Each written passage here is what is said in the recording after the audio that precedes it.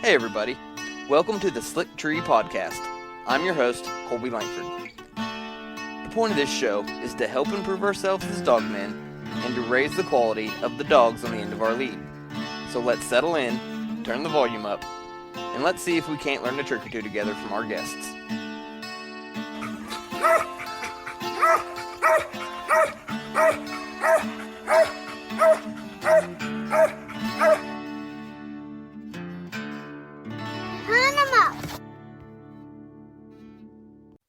Hey everybody, you are listening to the Slick Tree Podcast. I'm your host, Colby Langford, and today we have on the phone with us Randy Gary. How you doing, buddy?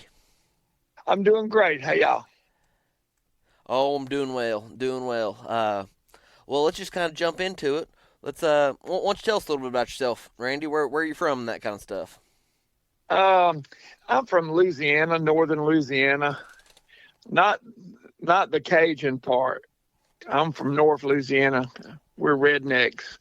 The rest of the state would kind of like to ignore us, but they should just give us to Texas. We'd be a lot more happy. I can tell you. Um, I've hunted my whole life. That's all I ever did. I used to make coon, squirrel, hog, and bear dog videos, fur and fangs, back in the days when people had DVRs, and I was a waterfowl guide for, decades and decades. And now I just hunt with people I like. That's about it. What all you hunt these days? Last year's the first year I didn't waterfowl hunt in years. I'm just not feeling it as much. And I hunt rabbits and squirrels and about like that. All I care about some rabbit dogs. I run them about 5 days a week now. Louisiana ain't got the trees that we used to have. We used to have a lot better woods, but that timber company, it ain't our friend. I can tell you that right now. And our deer season goes so long, we can't really get in the woods with small game hunters. In Louisiana, we're second class. Y'all have a real small gun season up there where you're at. You're blessed. Arkansas as well. And then Texas goes all year on, small game in this part, rabbit and squirrel. So Louisiana kind of gets the short end of the deal. How long gun season they got? Oh, man, we run until about the 15th of January. And I believe that they give you another 7 days of primitive on the tail end of that. So we start early and go late. But I've been up here to Oklahoma. Y'all are blessed. Y'all got great hunting and some of the best public hunting I've ever had. I mean, you're on the Kansas line up there, kind of, huh? Mm-hmm. Yeah. Less people and more game. Yeah, we don't have just a ton of public up around me, but we got a little bit. Well, private's the best hunting anyway. Yeah. The whole time I guided waterfowl hunters, I was asking about their woods. And they would tell me, "Oh, I don't deer hunt, or I don't squirrel hunt or rabbit hunt. I just care about ducks." I said, "Well, let me come up here and make a hunt. Don't you have a grandson or something that wants to, kill a squirrel over a dog?" That was the key right there. Get them young ones in there. Mm-hmm. So I tell you what, it's the 24th anniversary of 9/11. That's our country is in pretty bad shape, and I probably see it worse than most because I'm so far right. I don't even take left turns. I make the block. But I'll tell you a story. I was in South Dakota 24 years ago. I was guiding goose hunters, and we done got our limit. We killed our 30 geese, and we were headed back to the lodge when the first plane hit. Well, we got back to the lodge, and then we saw the second plane hit. And I had a customer that had a Rolex watch and a big gold bling and a black Mercedes, and I thought he was like a Mexican drug dealer. I didn't know. I just hoped he tipped me well. And I was all swole up, said it was Osama bin Laden and everything. So that evening when he got ready to leave, he called me to his vehicle and he gave me a tip. And he said, "I'm from Iran." I said, "I had no idea. If you'd have told me, I'd have toned down my rhetoric." He said, "Well, I thought you might have hung me." But he said, "I felt safe because I didn't see a tree nowhere around here." And do you know who Jack Ball is? He used to be a sports outdoor rider for Full Cry. I'm not sure I He do. wrote for him. He wrote for him for years. He had said guides were all crooked. He was talking about mountain lion guides, and I sent him a letter said all guides wasn't crooked. Come up and hunt with me. I hunt you free and all that stuff. I said you can't lump all guys together, just like you can't say all outdoor riders are full of bull, although most of them are. So he said he coughed when he got the letter. He took it to the FBI. When I got him from hunting one day, the FBI agent at the table. And I had waterfowl mercenary guide service, and he wanted to know about the mercenary part and all that. I said, I get paid to hunt, and I go all over. So when they got the lab report back while he was sitting there about it, wasn't no anthrax in the letter. He apologized and stuff. But I was full up a Jack Ball for years for that stuff. I'll tell you something. Y'all don't have alligators up here, do you? No, we don't. All right, let me tell you. I was reading yesterday, Louisiana's most alligators in the nation. And we do have dogs taken. I had a buddy had a Satsuma, his lead dog taken about a month ago. And we're on the Rockefeller, and it's 71,000 acres. And I seen yesterday it's got the 5th most alligators in Louisiana. Well, we're hunting on the very border of it. And I got this old man with me. We had borrowed a dog from my buddy. He had 2 or 3 trained dogs, and he likes you to work on put ducks in their mouth. And it's 30-mile-an-hour winds. It's on the Gulf. So there's a 400-yard channel, about 40 yards wide, and it's about 2 foot deep, and we're wading. It's been man-made, everything. And we got there that morning, and there's alligator eyes everywhere. And I'm talking about everywhere. And they're not going to go back out in the Gulf. All they do is go underwater. And you got 20 yards on each side of you. So there's alligators down there. And we put the dog in the boat because it's $15,000 dog. My buddy decides halfway down there, he needs to get his big butt in the boat too. And it's one of them critter getters. They're not designed for a 60, 70-pound energetic lab and a big old 220-pound redneck. So I'm pulling the boat and everything, and the boat goes down in amongst all the alligators. And another time, we had a sinkhole where they would dig these islands out. And this sinkhole would be like 8 or 9 foot deep. It's where the backhoe sat, and he'd get the dirt to build the island up. And we were walking through there one morning. I went all the way down in that sinkhole. He was standing behind me. And the only thing above the water, because I had waders on, was my briar braid. I had a ponytail. And he reached in there and grabbed that ponytail and pulled me up. I said, let go of my hair. Let go of my hair. He said, you might drown. It's your briar braid, huh? Yeah, you braid it up so that way the briars don't pull it off. I hear you. Randy, how'd you get started in dogs? Man, I had 9 years old. My cousin, my older cousin, brought a little old beagle pup home, and he was older than me. He was about 14. He was studying girls, and I was just studying everything out in the woods I could shoot, like a BB gun and everything I ever made.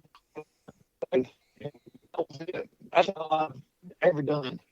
I got a lot better understanding of hounds than I do women. I can tell you that. I studied them a while. I ain't got them figured out at all. Hey, Randy. But yeah, you kind of cut out on me there for a second. All right. Can you hear me now?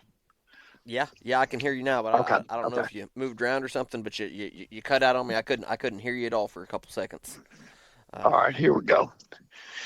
Yeah, I got a lot better understanding of hounds and hunting dogs than I do women. I've been studying both of them about the same length of time. I about got the hounds figured out. The women are still an enigma to me. Yeah. What kind of dogs do you got?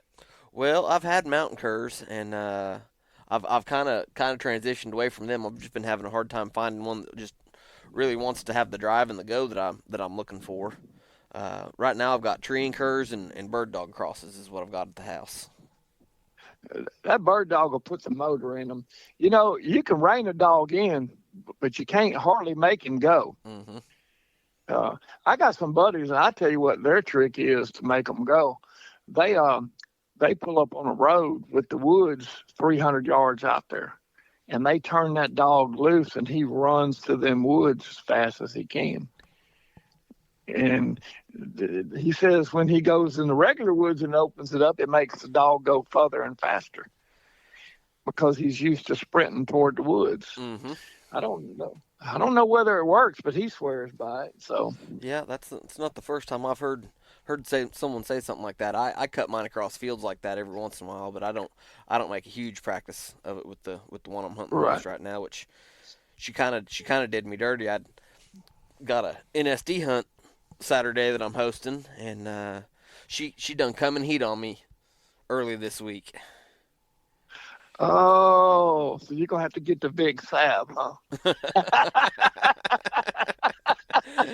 Oh, I'm not gonna do everybody else that way. I hear you. Hey, your buddy Zach. Yeah. My buddy Cody talked to him last night, and we are gonna go down there and make a rabbit hunt this year. You ought to meet us. I'd like to. You'd be a rabbit man then. Let me tell you something. They cut more trees every day, and more scrub grows up.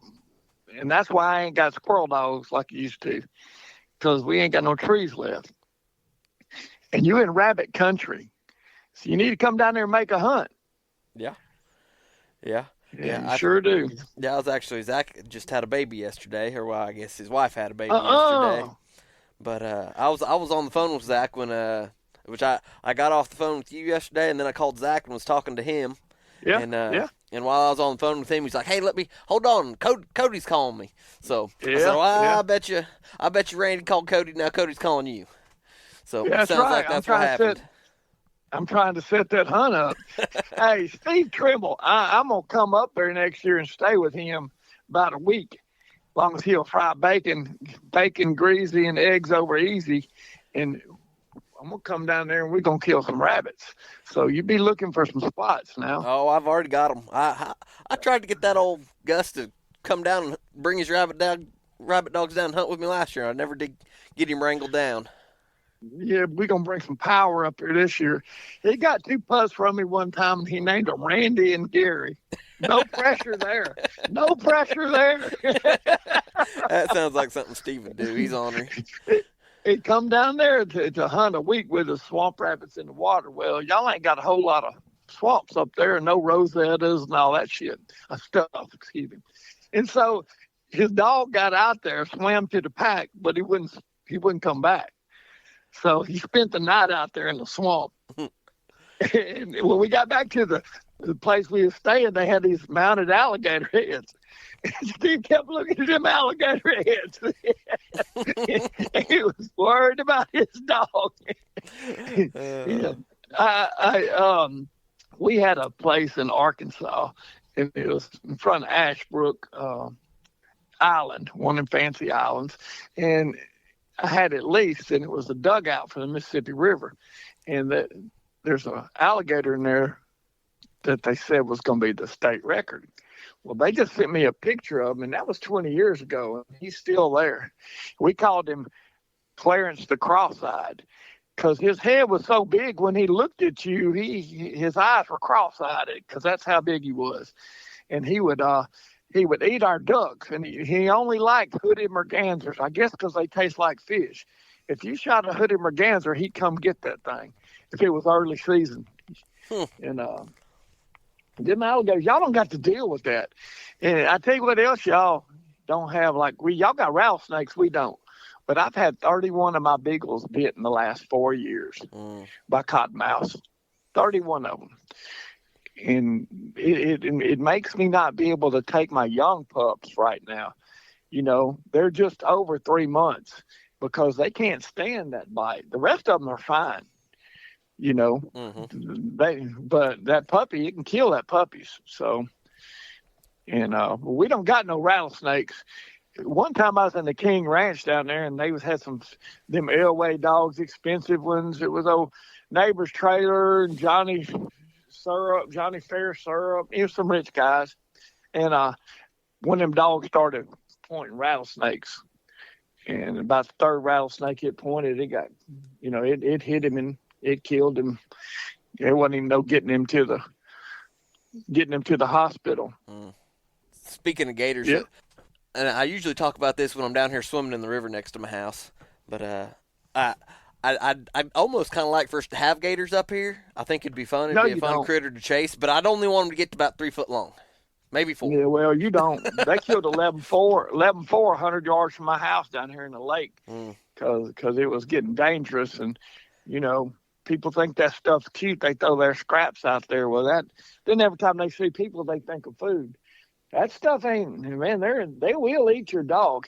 And I'm going to tell you a story about alligators. Let me tell you this story. This is the truth. I promise you. There was this skin diver down the road from me. This is back in the 60s where they had a gator season. And he was on Caddo Lake, and they were having a skin diving tournament that day, like a fishing tournament where you skin dive. And there was 2 rednecks in a boat checking their lines, and they seen all these bubbles, and they seen something black down there, and they thought it was alligator. We didn't have that many then. So they shot him and killed that man. And it was negligent homicide, and I don't think they did hardly no time over it. But at the time, the game warden said, had it been an alligator, had they shot it, they would have got more time than they did for killing that man. Because that's how they protected them. That protection stuff was okay. It's about over now, buddy. We got too many of them. It's kind of like them wolves and stuff. I mean, that's enough is enough. And if you've seen you shine a light out there frog gigging nowadays on that river, it's just not good. It's not good. I don't think we'll. And they done stock bears on us now, and they're gonna let us kill 10. Well, 10 ain't nothing. But at least they ain't brought wolves in here. I mean, we're blessed about that. Yeah. I was gonna go to Drummond Island last year, but they got them wolves, and they're coming there killing whole packs of dogs. So I guess I'm gonna run snowshoes someplace someday. That's on my bucket list. Right now, I got some hounds up in the high desert running black-tailed jackrabbits.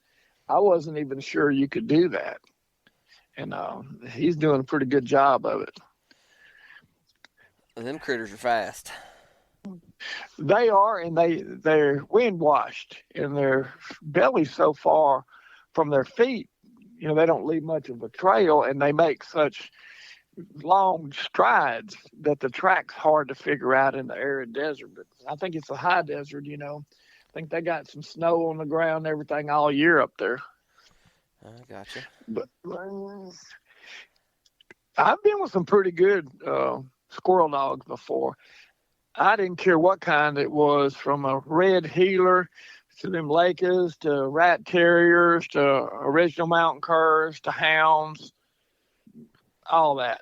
I liked all of them. And I got to go with quite a few folks. I got to see some of the legendary dogs, hunt. I was blessed for that. And like I said, it was thrilling, but we just don't have the woods we used to here. I mean, we got pine trees and some small SMZ zones, and it seems to be less and less. Yeah. All year. Well, let's talk about your Fur and Fangs videos that you made. I made 27 of them. They were 2-hour videos. It was thrilling. It allowed me to tour the country and meet people and hunt places. That camera and a good dog will get you in some spots that you can't, even money won't buy. I've seen a lot of dogs and a lot of folks that had them. Some people just bought a good dog. It's kind of like horse racing. Some folks didn't train them, just bought a good dog and got a handler to handle him, and stepped up there and got the trophy and the roses. And some old boys wore out Carhartts and lacrosse boots making a dog out of a puppy. So I've seen a little of all of it. I like the original mountain curs. That's what I liked best. I had Kimmers and I've seen some good fights. There are some good fights, and I've seen the hybrids. The Cajun squirrel dogs. I've hunted with a bunch of them, Carlton Savoy. I got to see a bunch of stuff. And when I hog hunted, them hog hunters are cliquish. They don't even like each other, a lot of them, they're jealous. Well, I wasn't never going to pay no vet bill like that. They didn't have to worry about me. I'm the cameraman. So I got to go with all kinds of different ones. And on that hog hunt, it was pretty thrilling. The bear hunting's the best thing. That's the most coolest thing I ever did. And I was like 40 years old. It's like kissing a girl for your first time. That was the most awesome thing. And when I got there that night, they won't call me Goldilocks. I didn't like that too much. And after I swam the river and went in there after wounded bears and ran toward the dogs when he got knocked out the tree and all that, them old rednecks come on me and they said, "We're not going to call you Goldilocks no more. It don't fit. We're going to call you Billy Ray Cyrus." I was thinking, well, I guess that's an upgrade. Not much of one, but thank you a whole lot. Yeah. I got a gun from Browning, scopes from Leopold, John Henry. That was my pistol. And I got to where I could shoot squirrels with him, in the trees and stuff. And it was pretty thrilling. When I pulled out John Henry, I was mad because they couldn't shoot. I didn't pull him out unless they were just terrible. What kind of pistol was it? It was a Browning Buckmark with a Leopold 4X on it. Yeah. And it had an Olympic team barrel. Had a big old barrel about 12 inches. If you missed them, you could beat them to death. It was like an axe. Yeah, it was pretty sweet. Yeah. What are your other favorite critter guns you've got? Oh man, I got a 270 stock Mannlicher stock, M77. They call it Soul Crusher after one of my buddy's ex-wives. All right, let's hear the story. I know there's a story there. Well, because she just crushed his soul. Ah. So, and she thought it was a compliment when I named my gun Soul Crusher. And then I got the meat axe, and I got Thor's Thunderhammer, which is a DU Benelli Cerakoted with alligator wrap on it. Looks like an alligator skin with Teflon firing pins and stainless steel Sure Cyclers, and it was backboard and forcing cones from that Ray Roberts. When he first started on his own, he sponsored me and did all that stuff. And it was the one before that. I shot 41 cases in 1 year, or 3.5, when I was a goose guide, and I broke it 9 times. And I had a booth down from Benelli doing a sporting show. Now, you like that gun? I love that gun. And I told him I broke it 9 times that year. And he said, "Well, how come?" I said, "I shot 41 cases, 3.5. I ain't counting other loads, He said, "Well, you're not supposed to shoot it that much." I said, "It didn't say that on the box." So he was shearing those pins. So he gave me all these pins and 2 new ejectors for it. So I love that gun. I got an old 1934 Parker, the old famous, double barrel American made. Mm-hmm. And I got Bush Hog, a 2-foot barrel, straight English stock, Upland Special. They made a couple years. That's my rabbit gun. And I shoot them one-handed and hold the phone in the other. I don't use the GoPro because anybody can use a GoPro, but when you're one-handed, then I just kind of make it a little interesting.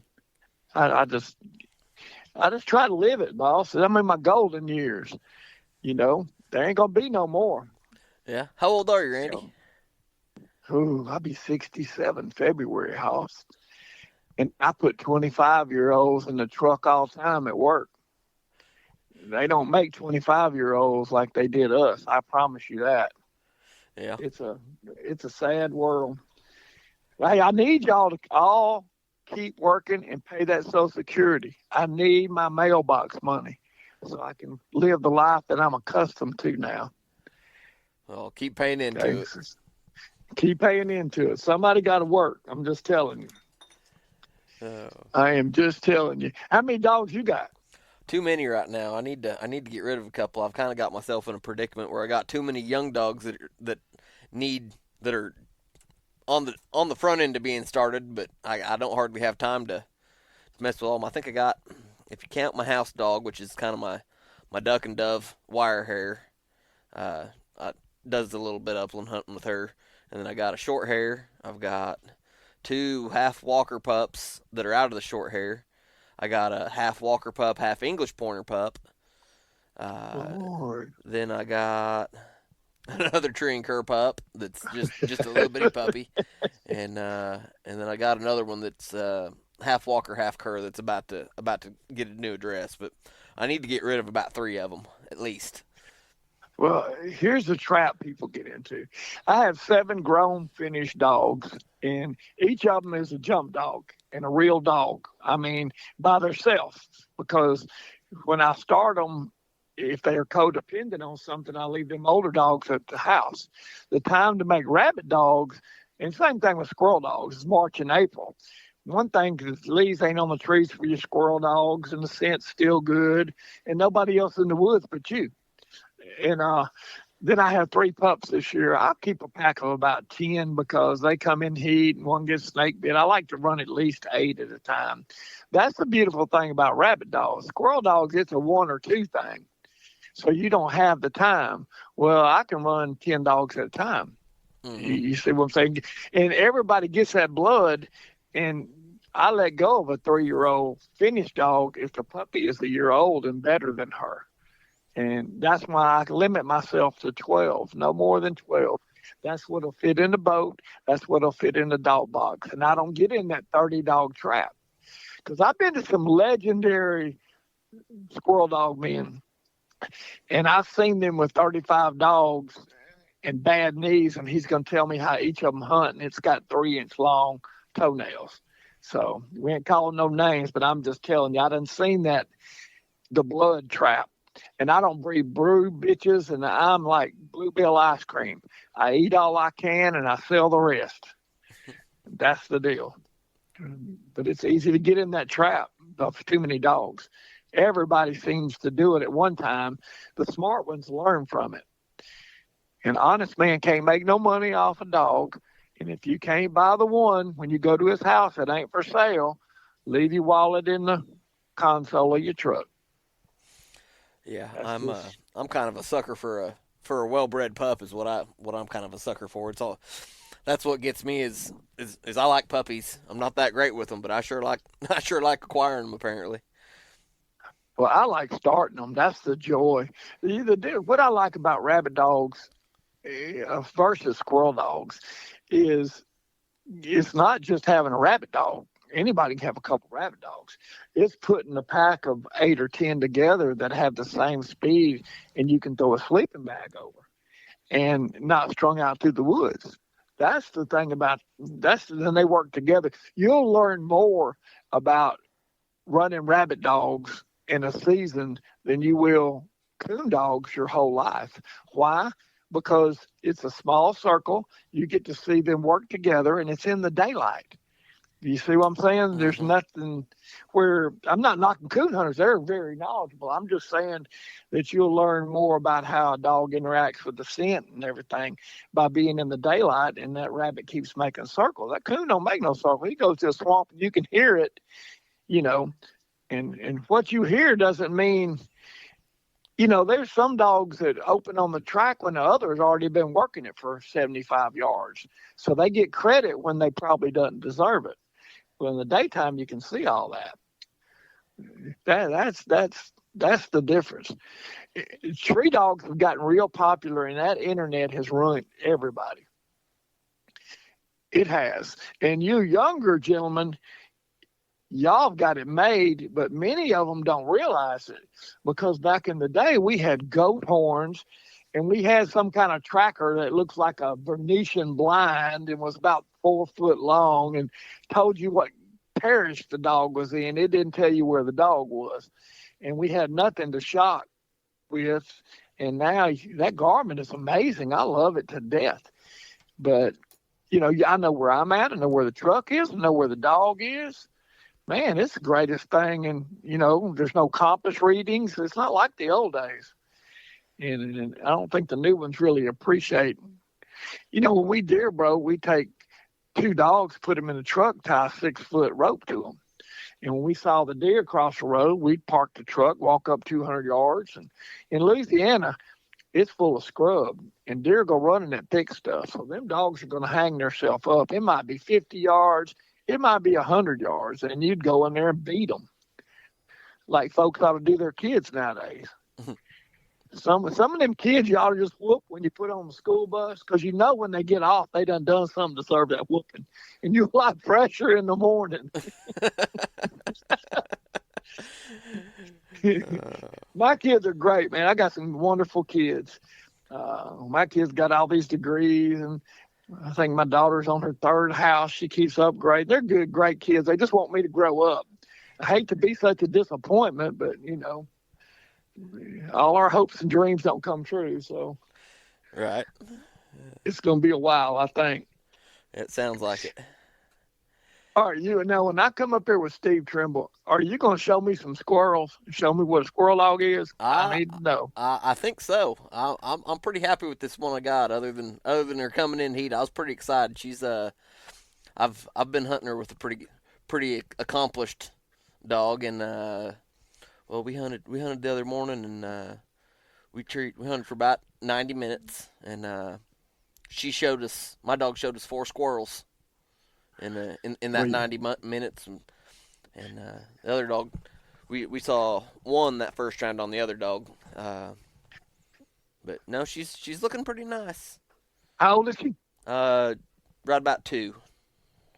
Yeah, females come out quicker than males too. They're smart. They just, that's all there is to it. I always liked those big bowed up males when it came to tree dogs, because I liked them to, fight that coon and stuff. That's what I enjoyed, was them fighting that coon. Mm-hmm. I like a good tree dog. I don't care, what kind it is. I always preferred more of a meat dog. I'll tell you some stories. Listen to this. There was a time I was a little wild back then, so every year I'd probably have me another girl, and she'd be on my tapes, and there was Dixie Dynamite and Backwoods Barbie before Dolly Parton stole it. Okay, this was way before Dolly Parton had her album, and I got this girl, and she's shaking vines. Okay, and she got a little old top on with some cleavage, and Conan would tree anything that climbed, wood, rats, possums, and I'd shoot it and pet him up, and we were just all happy. This rat jumped out of nest, and it landed in this girl's cleavage. And not only did she never shake another vine, I'm not sure she made me any more bacon, greasy, and eggs over easy. It was pretty devastating to her. She was done. I mean, she was done. Did you get it on video at least? No, it was summertime. It was summertime. She was just helping me. That's why she had the cleavage. But watch this. One time I was with the Bayou Boys, and that was a little group up there close to Arkansas. We had 2 girls with us, one of them's the wives, and whatever my flavor of the week or month or whatever it was. And when I started Conan, he was like 4.5 months old. Well, I was guiding in South Dakota, so I started him up there. And I had this brilliant idea that, prairie dogs are squirrels. Okay, so, we had no trees and stuff, so I started him on prairie dogs. Well, he wanted to dig in them holes, and, okay. So he's got a coon in the hole. We know it's a coon, and we're all standing around. They didn't put their guns up because we're going to maybe, let him dispatch it. So we got a couple dogs, and all of a sudden this coon's growling. So we knew what it was. We was real close, and all of a sudden this coon come out in Conan's mouth, and they're arguing about who was going to, rest peacefully that morning. But we didn't know there was a second coon, and that coon come out and run up that girl's leg. And let me tell you something, all them Bayou boys ran a different direction. Okay, it's just, and I'm there to document the carnage. So I'm just filming her. She's doing a war dance, and she happened to be my girl. So that evening when we're coming back, she was very upset. It was like an hour and a half ride. I had to listen to that. Nah. You didn't help me. You didn't help. Oh, what about the rest of them? They run in different directions. They had guns. I had a camera, So, hey, vine shakers and biscuit makers. Back then, I liked them heavily makeup and scarcely clad. But, nowadays I'm old and I'm wiser, so I don't do the things that I used to do. Yeah. I want to say I'm still able, but I don't know about that either. I will give you some advice. You being young like I'm that. listening. You older gentlemen need to learn to unplug. Just unplug. Get you a hobby. Get you a squirrel dog. Get you a rabbit dog. When you retire, you don't have the time you think you do. There's always some stuff you got to do that gets in the way of you living out your final years.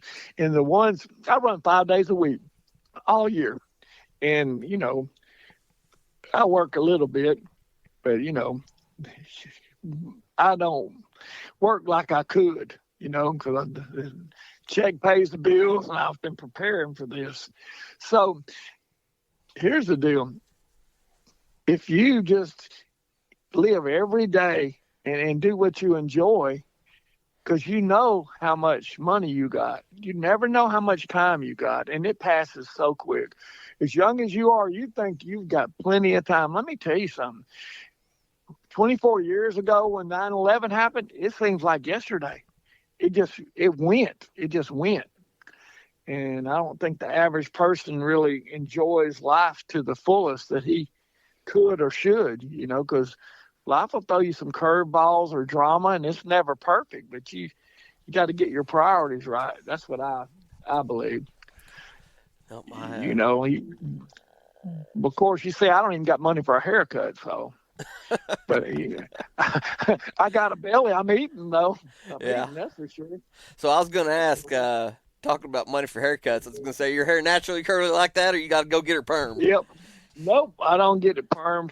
I used to dog hunt with these sheriffs, and they said I heard them one night out there.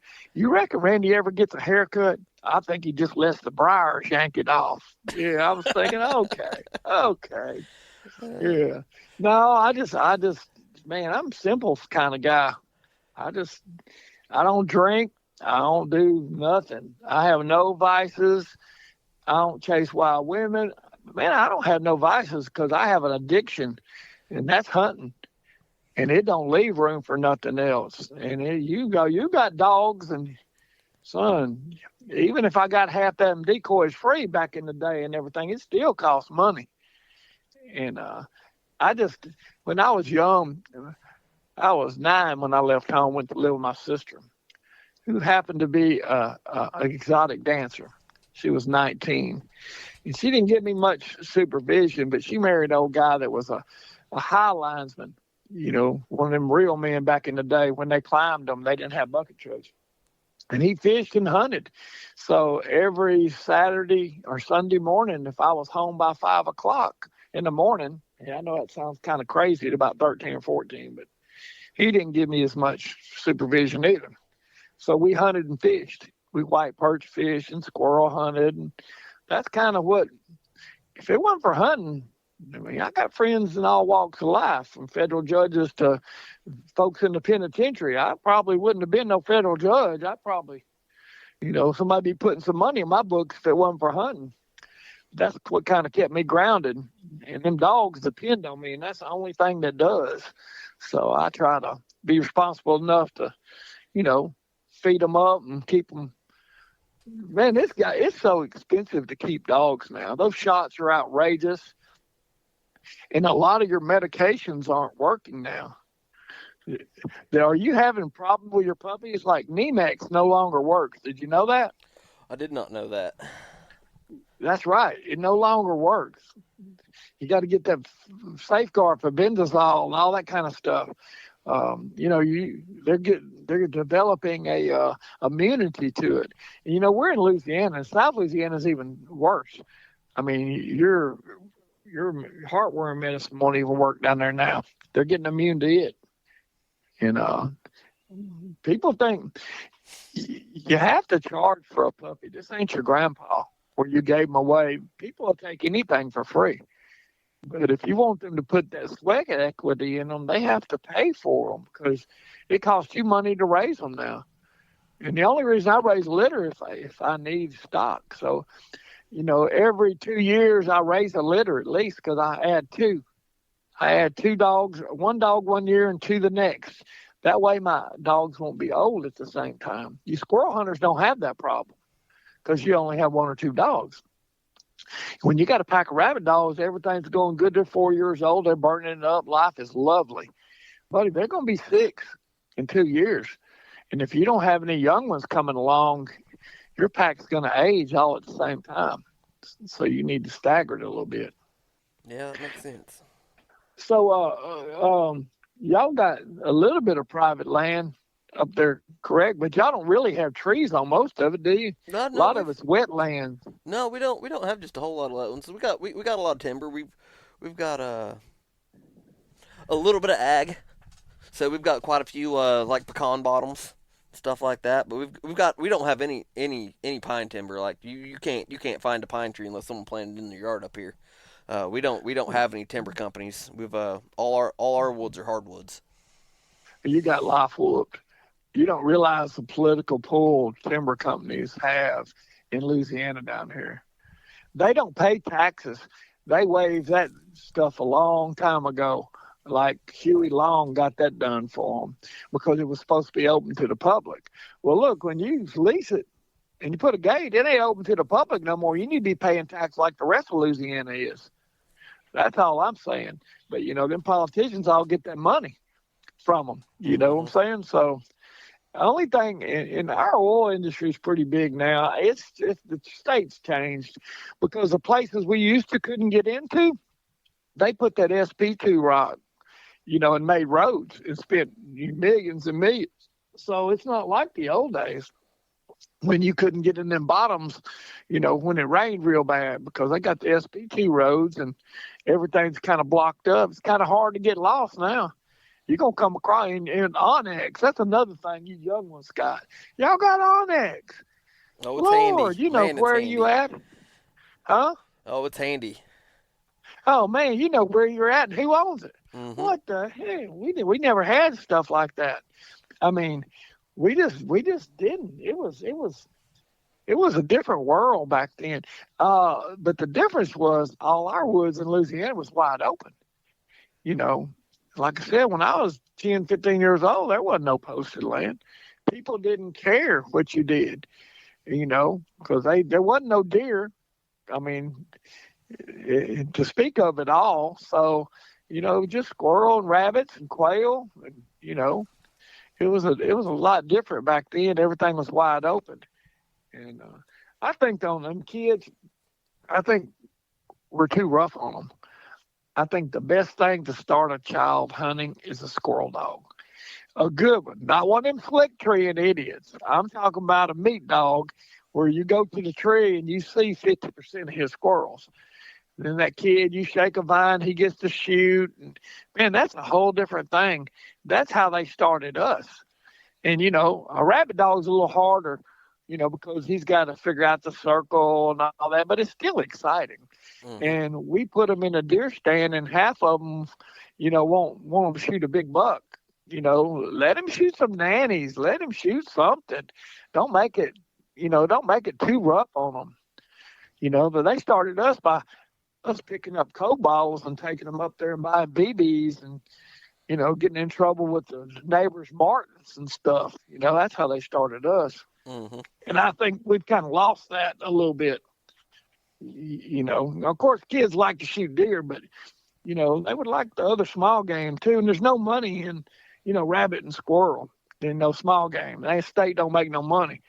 The state's about that turkeys and deer, Mm-hmm. At least it is here. Y'all are different. And like Mississippi and stuff, you can hunt deer on certain days and then small game on certain days. Well, here it's not like that.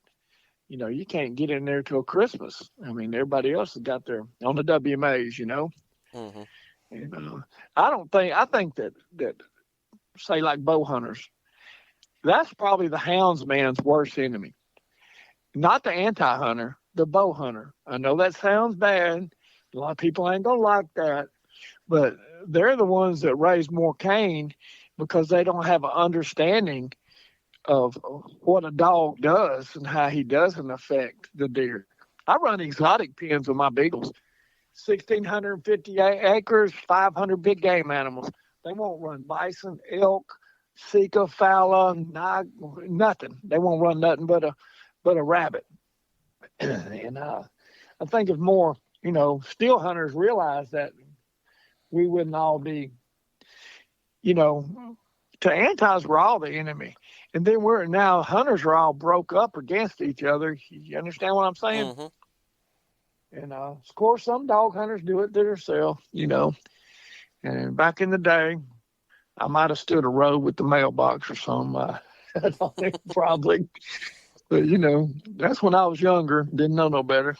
Yeah. And yeah, we're gonna make some hunts next year. I'm looking forward to it. We're gonna see if we can't trim you down to about 2 squirrel dogs and about 8 or 9 rabbit dogs. Oh, my little boy'd probably like that, but how old is he? He's 7.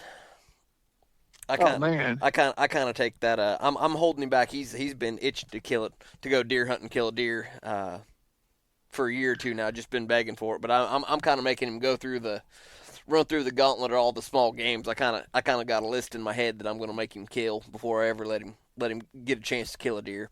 And I just I like that. I think that a lot of people get caught up in trying to show their kid a good time and give them what they want, which is to kill a big buck. And so they'll go out and they'll put their kid on a 140, 150 inch buck and get it killed and do that 2 or 3 years in a row. Well, how's that kid gonna, like, what's exciting from there? Like, how do you go up from that at that point? That's exactly right. And you're missing so many opportunities on the excitement from just killing a squirrel and the excitement from just killing a dove. I took my little boy out dove hunting opening morning, which we didn't have any birds in the area hardly, and but I found one spot that we jumped up about 10 that were down on this creek. So we went and set up on that creek, and he's got a little 410 he saved up and bought last year, a little bitty tiny Rossi single shot, and we had the decoys all set up, and we had some birds come in. He's not real sure about wing shooting one. Them dove are pretty quick for him, but he Arkansas'd 2 of them, and he got 2 of them killed though. But man, talk about excited and happy, and but if you took him out and shot a great big buck first, I don't know that he'd have been quite as happy about them. Well, we put our expectations on the children. That's what we do. You know what I mean? And it's boring. I mean, after he plays on his phone and eats Little Debbie's, he's, pretty ready to go. Well, when you got them plenty of action. Have you ever been pigeon hunting? We've got a few pigeons around, but we don't have any big messes of them. I've got pigeon decoys. I got some nice ones. I mean, I got, a bunch of them. That's a thrill. That's thrilling. I used to come to Oklahoma. When I did, we'd set up on them grain lots and shoot pigeons and stuff. Hey, be looking for some up there. If you got some, when I come up there, we'll do a little pigeon hunt. Okay. That stuff, man, they work like ducks are supposed to. Like you see on the DU prints, how ducks come in. That's how pigeons come in. My buddy, Rod Haydale, he owns Haydale Duck Calls. Well, he had never been rabbit hunting. About 5 years ago, I took him rabbit hunting. Louisiana, we don't got no ducks like we used to. It was too hot. they migrate. And we got out there, he started killing rabbits. And then about halfway, he said, man, I ain't never, this is thrilling. He said, and they don't migrate, do they? I said, no, they'll be here next week. He said, so will we. if I could change just one. But yeah, and see, nobody here has rabbit dogs or squirrel dogs. Because if you don't know somebody, you ain't hunting them. I'm just telling you. And all them deer leases, the lumber companies don't let you put dogs on them no more. They're even stopped rabbit dogs and squirrel dogs. You see what I'm saying? Mm-hmm. And warehousers, the worst. They come in and everything's going to stay the same, and then they want to charge you $500 to keep a trailer there, $250 to plant a pipeline that's already a pipeline. They're all about that money. They should pay taxes on that land to the state. That's what they should do. They need to stop that. But Louisiana, our problem down here is this: is 80% of the population lives below I-10. So North Louisiana has no voting power. They want our casino money going to Baton Rouge, but it don't trickle back to us. We're like two different states, and they have the power. And so when it comes to a duck season, they get their first choice, and we kind of get a little left behind. So, hey, one time, Danny Wilkerson? Yeah. Okay, I was with him, and let me see who else. Well, Danny's bigwig, so he had the game commissioner of Louisiana there, and we had the procurers for Ducks Unlimited of 5 southern states, and we was hunting with them old boys, and one of them had his shoes off, and he had a hole in his sock. I said, wait a minute, let me tape this. Why? I said, they think you boys, the Delta says y'all are all rich. Stuff, I can show them there's chickens in the yard. You got holes in your socks. Y'all will do a lot better. But he got the squirrel season, a spring squirrel season, because we had that guy down there, and he was the game commissioner, and we told him we want a spring season. Well, I think they have to do a survey. I think Dave Moreland was ahead of the commission then, and we said, well, they've already done one in Mississippi, they've done one in Arkansas, and they've done one in Texas, and all of them have spring seasons. There's no place left but the Gulf of Mexico. So that's how we got our spring squirrel seasons, thanks to Carlton Savoy and Danny Wilkerson. And I think me holding some footage back on them DU guys, because I had a blind that was dry and had no brush, and I'm over taping. If you give your money to Delta Waterfowl and you don't give it to DU, that's what your blind's going to look like. So I think I kind of held that footage back. I was scared I would release it. It's kind of like that footage I still got when Apache bit Big D in the crotch that night. I still got that footage. That's how I keep Mark Morrison in check. Yeah. He had just got Apache, and it was dark. And Apache ain't never hardly been coon hunting that time, and he never heard a coon squalor.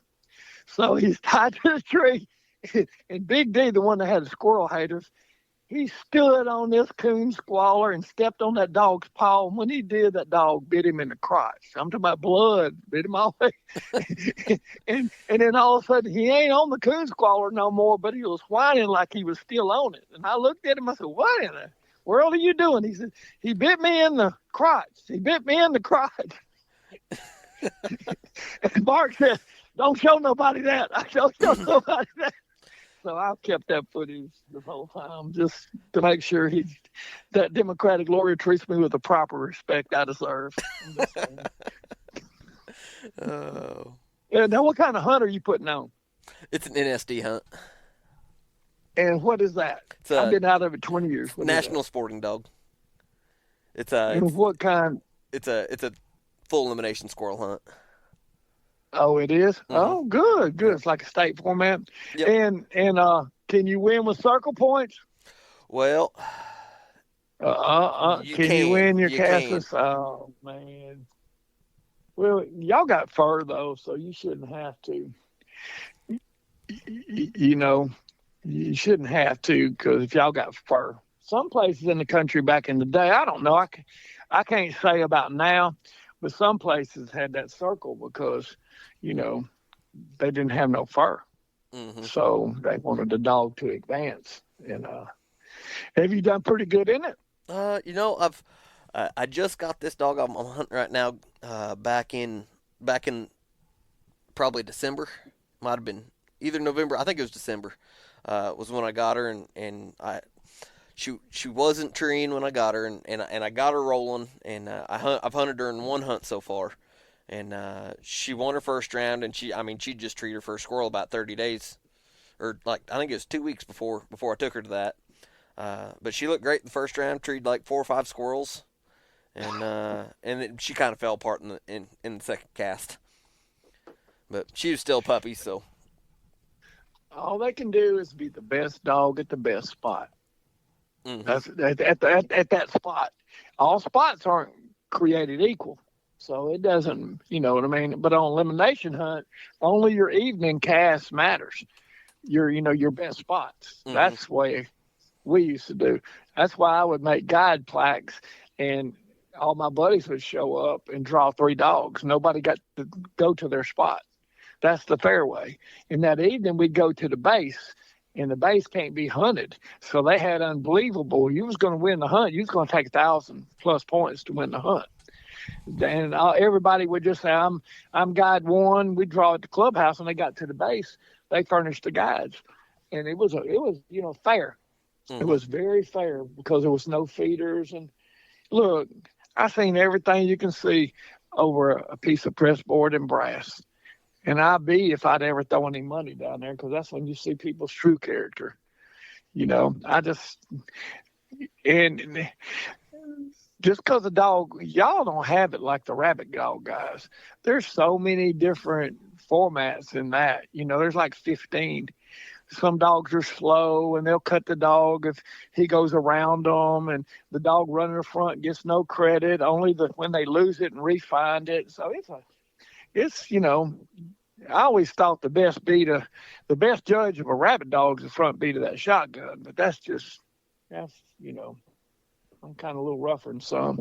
And them old men that used to be in foxhounds and love that, they go to slow beagles because they're older. It's a smaller circle and more voice and all that, but at least they're still loving the sound of the race. So that's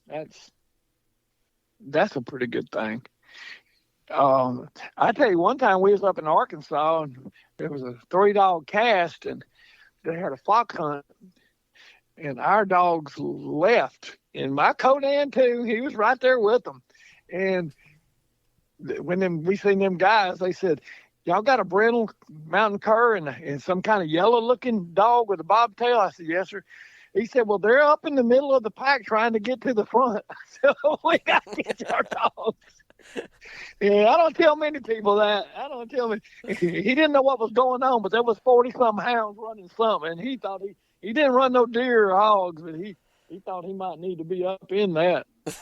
So there ain't no perfect dog or perfect woman. Hey, a sorry one eats the same amount as a good one, so we should only feed the best we possibly can. And if you see me with a woman or a dog more than 3 times and you cannot purchase it, come steal it in the middle of the night, because it's worth feeding. I'm just saying. I ain't feeding nothing. If it's going to eat around my house, it's going to have a purpose. So, how long you been married? Oh, well, we kind of took late to getting married. I think we've been married for 4 years, 5 years. I got you. But we've been together for about 10 now. Well, could she tell me how many dogs you have out there? I don't think she likes to keep count. Good, a keeper. Yeah, she is a keeper. Yeah. She just kind of rolls her eyes when I tell her I got another puppy ordered or something. She don't give me much flack. She's pretty good. I'll give you some advice. One of my buddies, he's a world champion bull rider and stuff, Cole Eccles and team roper and all that stuff. And now he's a farrier, and his wife's a horse vet, because he had to get a real job because they got married. He had a kid. Well, he had a kid like a year and a half ago or something, maybe 2. And I told him, one kid's fine. She can fry bacon while it's on her hip. Now she's supposed to have another kid. So guess what? she got a kid on each hip. He got to stay home and fry the bacon. So that's going to get in this hunting. Follow me for more relationship advice. I'll get you permission or divorce, one or the other. Ain't no in between. That's what, I spent years studying them. And I was married 4 months, 31 years ago. I was a little confused back then. She started beating my girlfriends up, so we split up. And about 5 years ago, she hit me on Facebook. She looked on there and she said, "That's why we're not together. You have multiple girlfriends." I said, "No, it's your violence. If you had not put your hands on them, we'd still be married." Well, she deleted me on Facebook. I didn't last but about 5 minutes there. But now I'm grown out of them. I'm so old that I just, I see lips and twisting hips. I don't even see that. I see grandbabies and drama. That's what they, getting old and aging gracefully is an art. And it's kind of hard to master. I'm just telling you.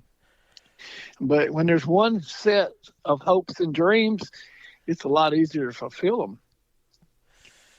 Yeah. So I bet she don't count your dog. She's a kid. I got a buddy, we call him Five Dog, because he was a hog hunter. And when they were going to get married, she said, "I told him he can't have but 5 dogs." She was pretty, but she must not can count, because he got about 30, and he's I can't see where he's whittled none down. We call him Five Dog. He don't like that. He don't like that a bit. Yeah. Yep. I think I had 14 when I started dating my wife. I think I had 7 in a litter of 7 pups when we met. So I've actually thinned down a little bit. So she might just be proud of me. Well, my buddy, he's got, kids and a wife, and they make a lot of decisions in his kennel. Each of them pick one out of each litter, and he wonders why he got 30 dogs. "I can't sell that. That's my grandbaby. It's 2 years old. It ain't running yet. Sell it or knock it in the head." Well, you're supposed to knock them in the head, but I'm just saying, give it to somebody that will give it a good home, But, they all pick dogs, but they don't want to do no training. That's what I try to tell them. I don't get too attached to them. There's some that's going to die here, but, and when I do move one, it'll be a trash broke 3-year-old female. And the only reason she's leaving is her puppy is better, and I think I'm breeding better than I started with. That's how you improve a pack. You can't get attached to them. As long as they get a good home. And look, there's people begging for 3-year-old Patches are the oldest strain of beagle in the United States since 1896, and they're line bred, not inbred. They're line bred, and that's all I've got. It's Patch, and that's all I run. Used to, I'd keep a Ware Creek in there, a Branco, so a Larson Harehound or something, just to give me a little more line control. And then I kind of studied those patch breeds, and I found some lines of the Patches that were a little true to the line, gave a little more voice, had a little more nose. So I'm getting about where I want to be. The thing about it, when I get where I want to be, I'll be too old to hunt them almost. I need a 15-year-old that wants to go with me. That's what I did when I was a kid. You would take the old man around, when he couldn't hardly see, or when he liked to get in the alcohol a little bit, and you drive for him, and you shovel out his kennels and learn from him. But them kids nowadays, they don't really want to do this. They don't understand that those girls will keep till the street light comes on. Mm-hmm. You play with the girls at dark, and you can run your dogs during the day, but they ain't really figured that out. And it's them phones and that social media. And there ain't no answer to it, because we know it's addicting, because I stay on Facebook all the time. So, yeah, it's a changing world we live in. But hunting and camouflage brings everybody together. Race, religion, it don't matter. I never, when you got camouflage and hunting dogs, it's a different bond there. And if you keep your kids in that, after his first divorce and he's shattered, he'll have something to go back to. I'm just all I'm saying. What Uh, Randy? What's your favorite type of line breeding crosses? Well, what's worked good for you? all right. Well, here's what I just did. First thing I did was I bred um, Viking to a female and kept a male. Then I bred him to another patch that was out of a different line, and I kept a female, and I bred those two together.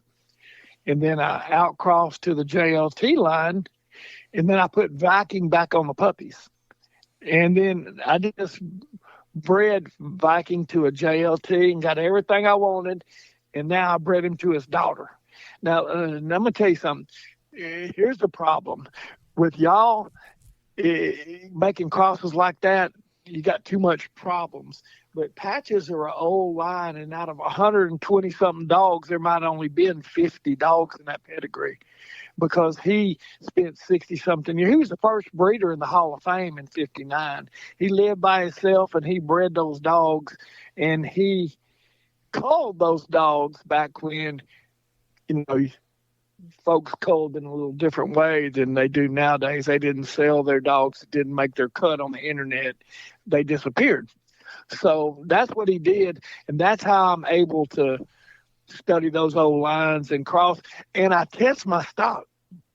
You got to understand, most people nowadays, they can hunt on a Saturday or Sunday, and there's 8 weeks of rabbit season in Louisiana. That's all they got at the most, really 6 weeks after deer season. And I run one day year for last 19 out of 21 days. And I'm talking about, till 2:00 hunts and someday all day. And I test my stock, and I run 5 days a week on the average all year.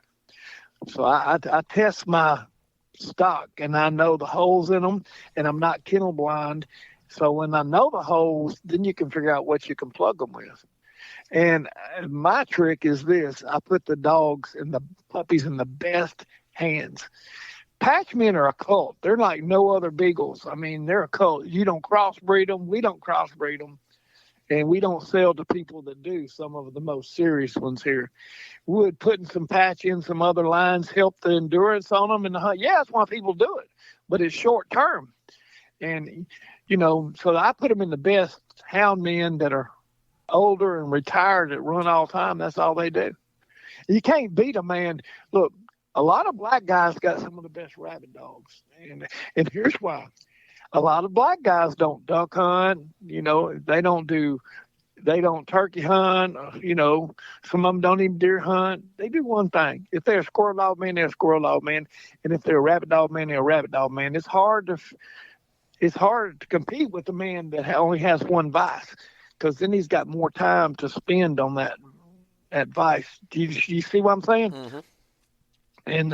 And so, but you can't do what we do. If you want to learn about breeding, go to those, what used to be the cockfighters. It's illegal now, so there probably aren't none left. But if you can find some that used to cockfight and test their game and breed 500 a year, that's who can tell you a lot about breeding. He might only have one strap on his overalls and be missing a few teeth, but he's a pretty smart man if he stayed in it for years. And he didn't know about science or genes, but he understood how to take a blue mug and put on a kelso and then throw a hatch down and get it killed. You can't beat them hatch. The last aggression, I seen dead hatches win back when it was legal. Yep. Yeah. Yeah. There's still a few guys up around me that breed some game birds. Yeah, there's a few out here that do. It's a changing world nowadays, buddy. I'm just saying, it's a changing world. I will say something about. Here's the deal. When I went up there bear hunting in North Carolina, here's what I discovered. Now, they have a heritage of running dogs like we did with deer and bear dogs, and the reason they're changing is not their mentality. The reason they're changing is when the folks out of Washington, D.C., and Maryland and Virginia retire, they go to the coast of, North Carolina and South Carolina, and they bring their voting mentality with them. you want to come to the country, but you want to bring your city ways with you. You see what I'm saying? Mm-hmm. So they're voting, they're killing their dog hunting heritage. People from outside that have never been embraced by it. And I think that's kind of sad. We're not but about 2 generations off of being at jeopardy of losing this. You're culture shocked. I'm culture shocked because of where we live. You know what I mean? Mm-hmm. Here, if you're 2 years old and he ain't got a duck call in his mouth, you wonder if the kid's going to be gay. You know what I mean? Because we're just a different mentality down here. But when you go other places, you don't have to go but 2 or 3 states. And then you're the oddball in Mm-hmm. and I think the more we start children in it, the earlier we start them, and the more exciting it is. They're going to vote if you're going to keep your hunting rights someday, buddy. Okay? When they get 30 years old, they're going to vote if your 70-year-old self's going to keep your hunting rights. And if you don't start them in it and they have appreciation and understanding of it, then they're not going to vote the proper way. Which, you know, I mean, we're all different. You know, I try not to get in politics or religion too much, but I'm just saying when it affects my lifestyle, and you know, just like them not wanting to work, they better work because I need my Social Security. I'm telling you. I can do without a haircut, but my dog's got to have that food now. Yeah. So. Oh, well, Randy, we've been going at this for a little over an hour now. Man, I have sure enjoyed the conversation. Man, we're going to have us a blast. I'm coming up here and rape your woods. I'm just telling you right now. So find me some pigeons, save me some squirrels, but you get out there and find me some rabbits. Because I was going to come. Steve comes here every year, but last year we're supposed to go up there. Well, I ain't got no rabbits. I'm not trying to listen to that. So I need you to find me some rabbits. You get up here. I know where there's some at. I guarantee it. All right, you going to come down there and hunt with me and Cody and Zach? Yeah, I need to figure out what time. Did you guys put a date on when you're going to do that yet? Ask Zach. He's running that. Okay. I have gun and we'll travel. Okay? All right. So, all right, buddy. It was very nice meeting you. Hey, tag me on Facebook on that, so I'll know when it is and all that stuff. All right, I will, buddy. And I got 2 of them. I got that Facebook and I got my Fur and Fangs Facebook too. Okay, I don't know if I've got your fur and fangs. I'll look it up. All right, thank you, man. I appreciate it. All right, everybody. Take care and keep wearing out that boot leather. I just want to give everyone that's listening a sincere thank you. Getting this podcast going has been a project. I really hope you're enjoying it, and if you don't mind, give the show a good rating and review wherever you're listening to it at, or share it on your social media to help get some traction. I appreciate it, and I'm looking forward to your feedback.